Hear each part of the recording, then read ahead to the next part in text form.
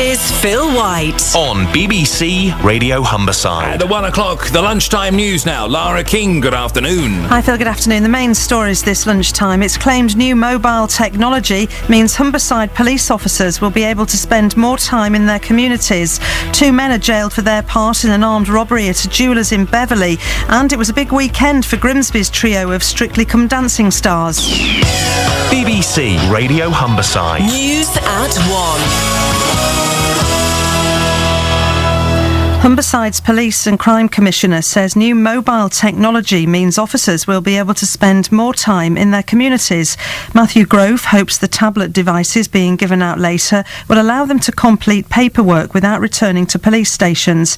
Trials showed 2 hours per week could be saved. In this day and age, information is quite simply power, and to have police officers equipped with the right information out in the field on patrol gives them that extra edge to guard us all against the criminals that are out there. And there'll be more on that with Andy Comfort after 5 this afternoon.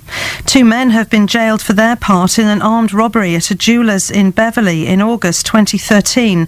Kevin Smith got 12 years and Jack O'Neill 9 years. They pleaded guilty to conspiracy to commit robbery after police said the pair had been watching the Guest and Phillips shop before the raid. High-value watches were taken in the robbery. A man who killed 5 people 36 years ago but was later released from a secure mental hospital has admitted possessing guns and making a bomb. Both cases involved disputes with his neighbours. Phil Mackey reports from Birmingham Crown Court. After a long-running row about noise, in October 1978, Barry Williams shot and killed his neighbours George and Iris Burkett, as well as their son Philip, then shot and killed Mikel and Lisa de Maria at their petrol station near Nuneaton. After pleading guilty to manslaughter on the grounds of diminished responsibility, he was sent to Broadmoor indefinitely. Despite complaints to the Home Secretary, he was released in 1994. He changed his name to Harry Street and became involved in a series of disputes with his new neighbours in Hall Green in Birmingham. Detectives discovered the weapons and the homemade bomb last October. He'll be sentenced later. Northumbria police are reinvestigating 54 complaints of rape about which detectives had concluded there was no evidence of a crime. 48 officers have been moved to other duties. The cases date back over the last 3 years. There needs to be a radical change of attitude if we're to tackle the problem of modern slavery. That's according to a leading academic in the study of forced labour in Hull. Dr Mick Wilkinson says more cases are appearing in our area and there aren't enough resources to currently combat the issue properly. The Gang Masters Licensing Authority, I believe that should be expanded into all areas of temporary labour, and its resources should be increased exponentially. You also need forced labour to become a policing priority in every force in the country, and sadly it's not. And thirdly, and I think this is crucial, we do need a one-off amnesty for these up to 800,000 undocumented migrants.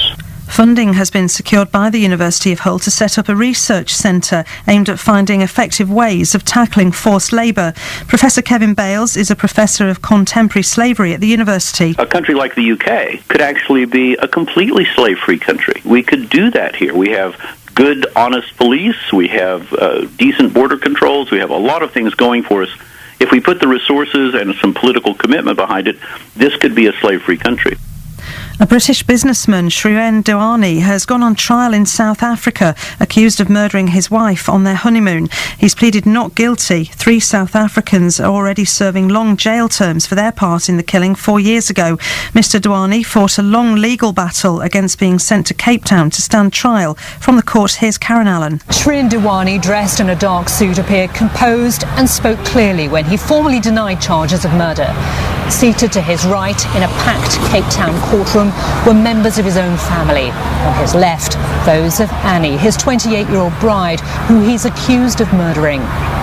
In a case which is likely to focus on the testimony of 3 alleged co-conspirators already jailed for their part in the crime, Mr Douani said in a statement that he was bisexual. The trial is likely to dwell extensively on the nature of the couple's relationship, but Mr Douani said that he was instantly attracted to Annie when they first met. Police are investigating the apparent suicide of a woman who'd been accused of posting abusive internet messages about the parents of Madeleine McCann. The body of Brenda Leyland was found in a hotel room in Leicestershire on Saturday. A few days earlier, she'd been confronted by a Sky News reporter who accused her of being an internet troll. Resurfacing work on the M180 has started again today, but the Highways Agency says every effort will be made to keep traffic disruption to a minimum. The eastbound side near Scunthorpe was closed in August, and the agency admitted it caused unacceptable delays. One lane is shut from today, and the work is expected to be finished by January. It was a big weekend for Grimsby's trio of Strictly Come Dancing stars. Kevin and his sister Joanne both got through with Frankie Bridge and Scott Mills, respectively, whilst Kevin's fiancée Karen Howard also made it through with Mark Wright.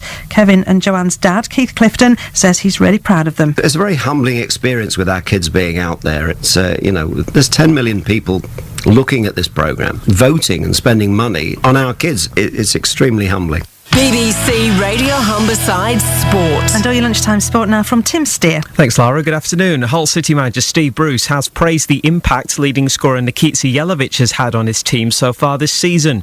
Jelavic's goal against Crystal Palace at the weekend was his fourth of the season, equalling his tally for the club throughout last year.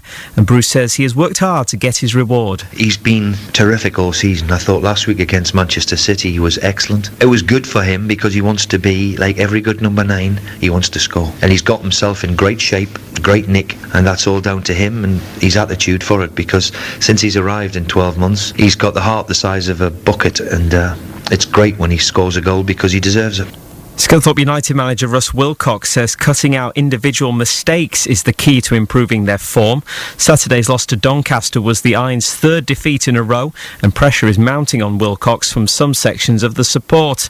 And he says the errors are hampering good performances. We've got to cut out these mistakes. It's happening week in, week out. It's hard to put your finger on how to address that because it's different personnel each week. It's different reasons. It's not just the same individual or down to shape or tactics or anything else. It's just down to individuals making wrong choices.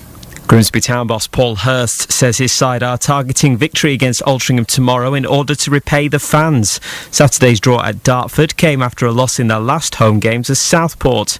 But Hurst admits it won't be easy after Altrincham defeated second place Halifax at the weekend. Great result for them. I think yet again there's been some different results in the league, and it's proving to be highly competitive from the bottom to the top. But we're at home. We know we want to put back right from Tuesday at home in front of his own fans. Cardiff City are set to announce the former Grimsby Town boss Russell Slade as their new manager today. Slade had been working for the Bluebirds on a consultancy basis. On to cricket, and wicketkeeper Matt Pryor says he will have his right of reply to Kevin Peterson after his former England colleague criticised him today in a national newspaper.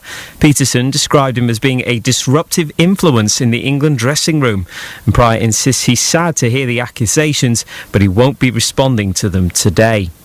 The Marussia Formula One team have asked for patience and understanding with regard to further medical updates on Jules Bianchi. The French driver suffered a severe head injury at yesterday's Japanese Grand Prix and has undergone surgery.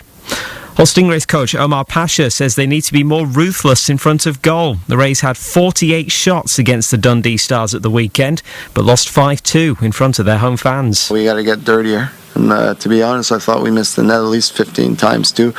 So no, there has to be traffic in front now. Don't get too pretty now. Just drive the net, and good things will happen. And you shoot 48 times, you expect more than 2 goals. That's for sure. And in Rugby League, Sam Burgess will have surgery on his fractured cheekbone tomorrow and faces around 6 to 8 weeks out of action. Burgess was injured in the early stages of the NRL Grand Final, his last game in Rugby League before he switches codes to join Bath, but he stayed on for the whole 80 minutes, won the Man of the Match award as well, as South Sydney claimed the title. And that's all your sport for now.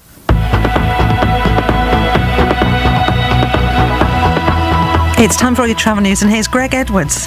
In Scunthorpe, first of all, Simon gave us a call a little while ago to tell us about a tree falling across Ferriby Road. Now, the police tell us they've quickly moved that tree out of the way, so things should be back to normal there. The M180, meanwhile, daytime roadworks are underway now between Junction 2, the Belton turn-off, and Junction 3 at Scunthorpe, with a lane closure in both directions, but those restrictions should be lifted by about 3:30 this afternoon.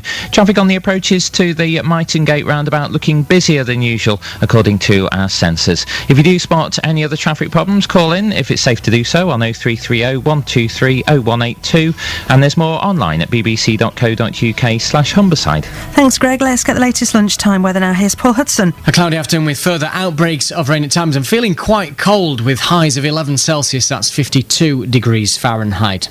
This evening and overnight, cloudy at first, still a risk of a bit of patchy rain, but it will become dry, some mist and fog later, lows of 7 degrees. A grey start tomorrow. It will brighten up with a risk of showers.